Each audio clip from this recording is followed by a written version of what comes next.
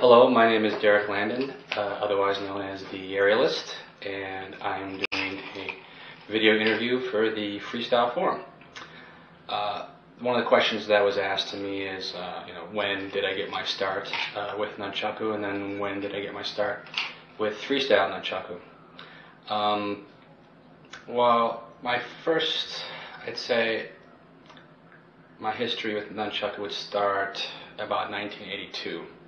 I was a freshman in high school, and a buddy of mine, whose name is Richard Stalinsky, actually had a pair of these really nice black rock maple U-swivel nunchaku, which I wish I had today. But I think I either traded him a pocket knife or a hat for him. But the first move that I ever learned was this move right here.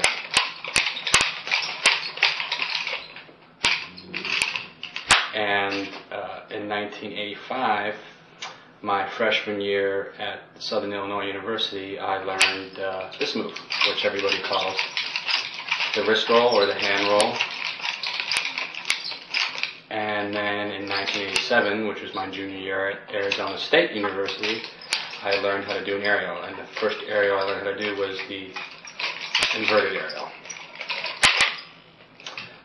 So in about 1995, when I joined Iron Fist Kung Fu in Chicago, Illinois, I learned how to do this move. Everything I used to always do was this way, but then I knew another direction existed, the inverted figure eight.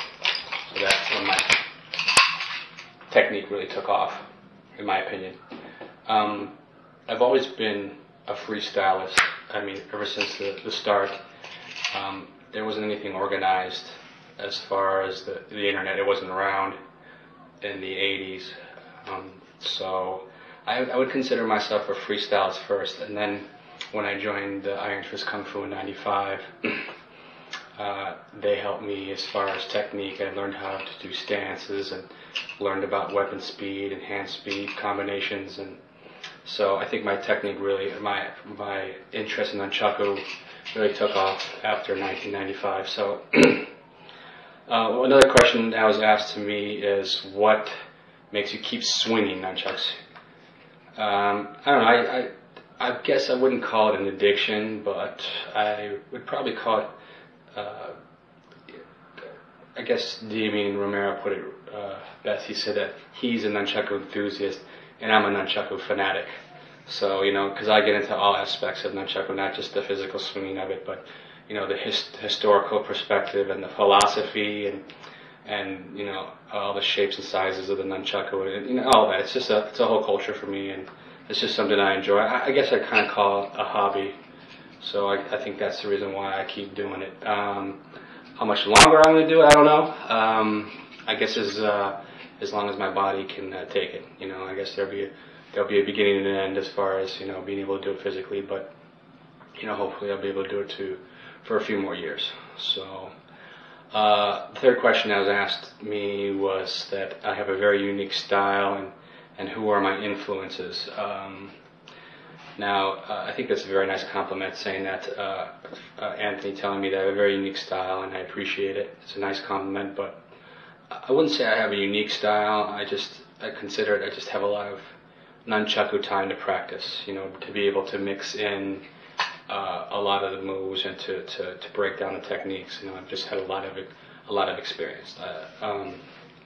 There's a lot of guys on the forum who are just absolutely amazing in just a short time. That's the advantages of the internet and being able to communicate globally, is that these moves exist.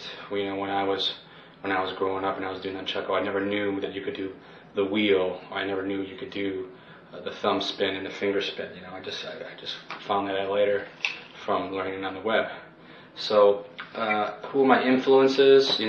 First and foremost, I got to give it to my guy, Damien Romero. It's just an unbelievable nunchaku artist and an unbelievable martial artist as well. And it's not just his technique and what he does, physically with the nunchucks, but his philosophy. He taught me about, Nunchaku is ambidextrous. Whatever you should do on your left, you should be able to do on your right.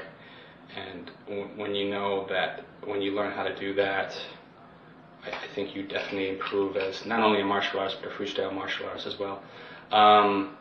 Tony Valente, just an unbelievable martial artist, unbelievable nunchaku artist, one of the fastest guys I've seen with a pair of nunchucks. I saw him once in 2002 or 2003, and I just couldn't believe how fast he was. He's got to be like the fastest guy I've ever seen. He doesn't do a lot of fancy aerial techniques or anything like that. He's basically an old school chucker, but it's just what he does is just unbelievable. Also, James Smith, you guys know him as Chuck Nasty. The intricacies of his moves and his asymmetrical double nunchaku is very top notch. It's definitely what he does is an influence on my technique. And me and James are tall. He's like 6'3.5". I'm close to 6'2", so a lot of the stuff that he does, I'm able to do because I'm very tall and I have very long arms. So also Lee Barden, have to always mention his name, because he's one of the elite.